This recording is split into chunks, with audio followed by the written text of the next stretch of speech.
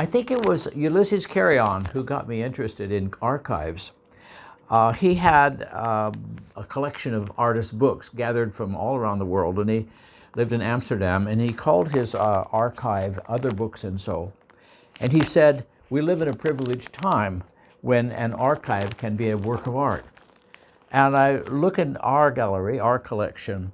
I have archives of all kinds. For example, an archive of prints made on all the tests of the half-wood presses. And it's fascinating. I know 48, I think it was 48 test prints and reading notes. There's so many archives in our collection.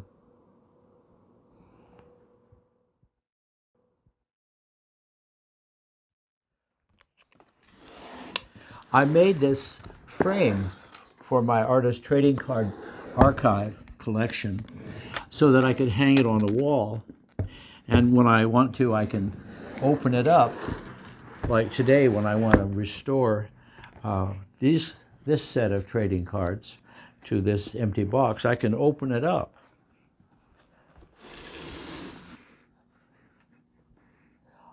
I started in 1992 with this project. I was inspired by the Union of Concerned Scientists Warning to Humanity. We had 30 years to get our act together.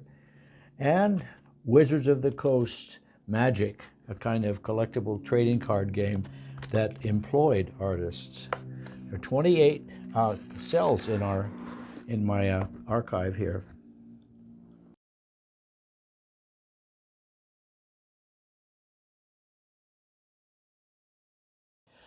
I'm not sure how old I was when I first got interested in writing, but I do remember in high school doing the annual, and in college I was a writer and art editor, and writing became kind of balanced with the visual arts. And finally, in the late 80s, I wrote my first book, The Art of Selling Art, and that seemed like a practical balance between producing art and selling art.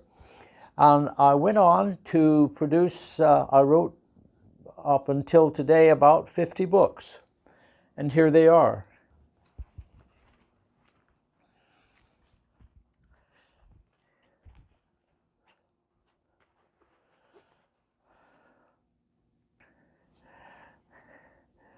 Thanks for watching.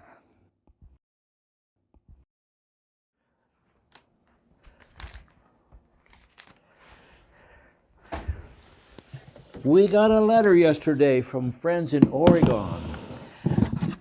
It was not an ordinary letter, it was stuffed with news clippings. And it reminded me of one of my favorite archives in our mini art gallery. All the news clippings and magazine articles going back, oh, I don't know how many years, but she saved these things. I was amazed, and it brought back a lot of wonderful memories. Some of them were from my days at the University of Washington, my days when I was starting the Living Museum of Computer Art and Design. What a collection. What a pleasure. What a great friend. Thank you, Janice.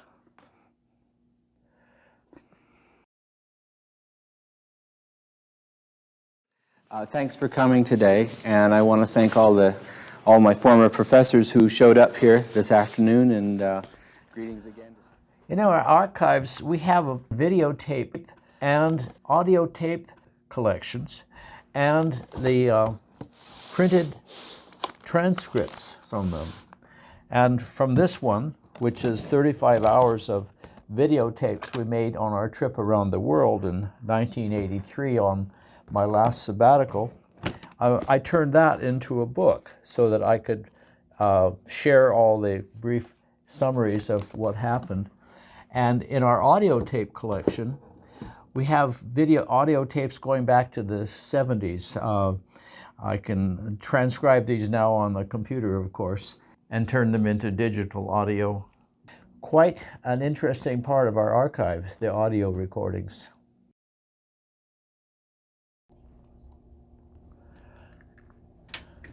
I'm compiling the first 5 of the 1-minute videos that are online